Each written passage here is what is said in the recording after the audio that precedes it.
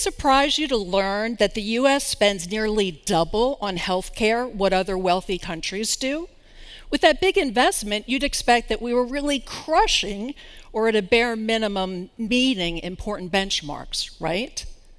Unfortunately, a new study resoundingly demonstrates otherwise. Even though the US is spending much more, Americans are living shorter lives and far less healthy lives. In fact, the US ranked dead last out of the 10 wealthy countries that were assessed, and last or second to last on every single benchmark. One of those metrics was health equity, because in the United States, there is significant disparity between the treatment you'll receive, whether you're rich versus poor, or whether you're white versus minority. To make matters worse, over 25 million Americans still have no health insurance, and about 1/4 of those who are lucky enough to have it are still significantly underinsured. As someone who has been a frequent user of the US healthcare myself, I have seen how badly broken it is, and unfortunately, I'm far from alone. My name is Eileen Philibin Edmonds, and I care deeply about improving healthcare for all. I speak on a variety of topics, including my own personal journeys with breast cancer, chronic pain, migraines, and depression, as well as my mission to shake up US healthcare and bring the all-important patient point of view to healthcare reform. The morning after my double mastectomy at the age of 42, I looked down at my chest. I had expected to be bound up like a mummy, so I was really surprised to see that there was just one large gauze pad where each breast used to be. My mind was racing with questions, and I was overwhelmed with fear about what the future would hold, especially for my 4-year-old daughter and 18-month-old son. In walked the surgical fellow with an entourage of hyper-attentive medical students in tow. I was blessed to be at one of the most prestigious teaching hospitals in the country, or so I thought. Focusing pretty much exclusively on the medical students, the fellow began to read items from my chart out loud. Of course, it was all like hearing a foreign language to me. I waited patiently for him to turn to me.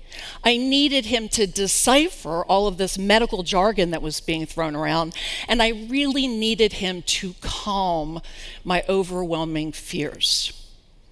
Instead, when he finally did turn to me, he did the exact opposite.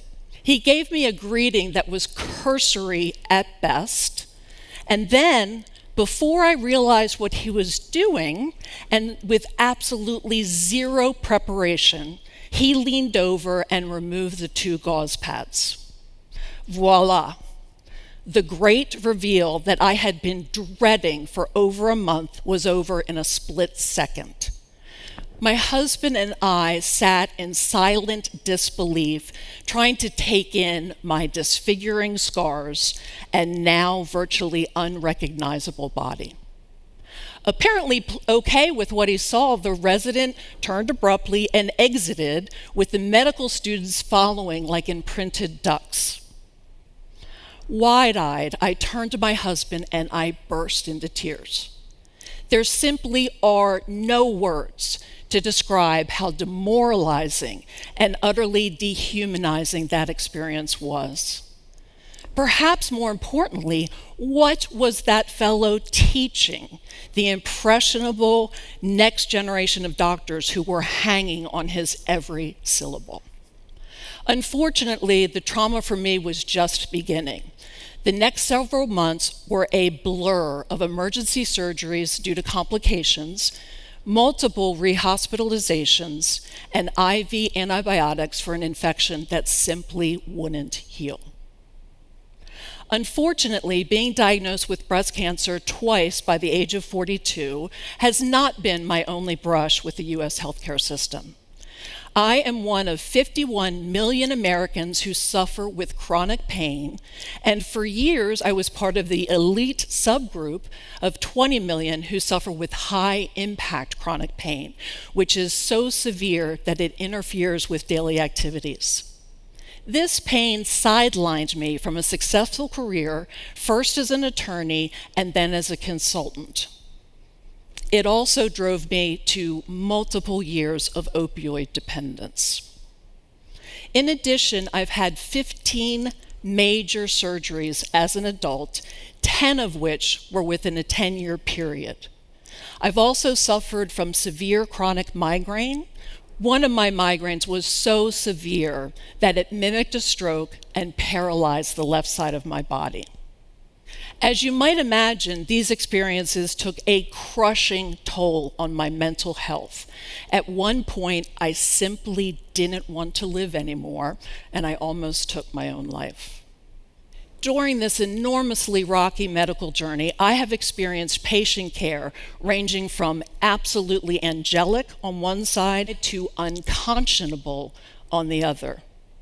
As one of the wealthiest countries in the world, the U.S. simply must do better taking care of people when they are their most vulnerable. It is one thing to suffer from serious medical issues and another thing entirely to be victimized again and again by the system that is supposed to help.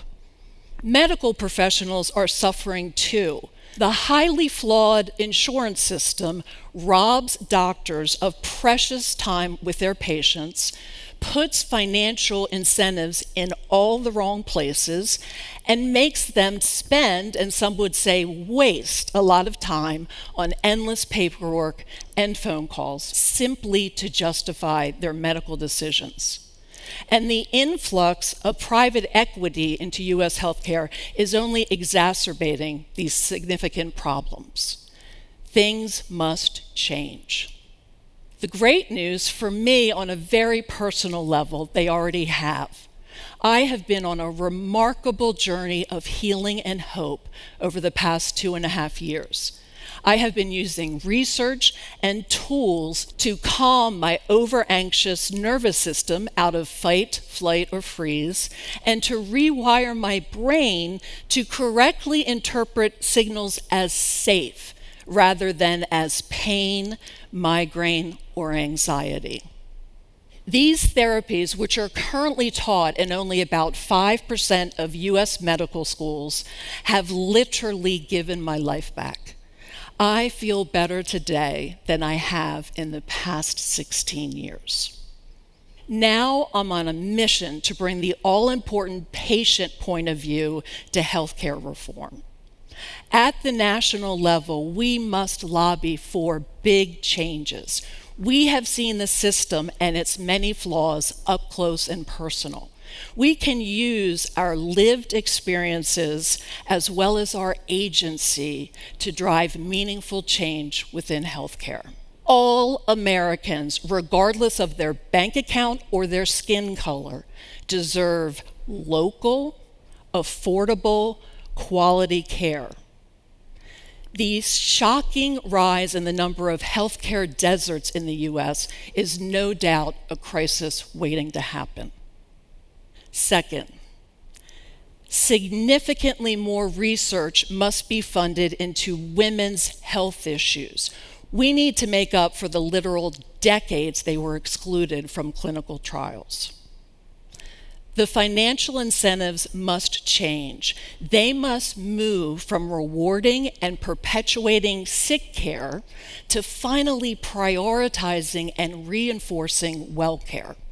Fourth, the U.S. system needs to find ways to destigmatize and support the mental health issues of patients, caregivers, and providers. Winston Churchill once said, "Healthy citizens are the most valuable asset any country can have." Clearly, the United States has a very, very long way to go. I believe that patients can lead the way to better health care for all and a brighter future. I'm ready. Are you?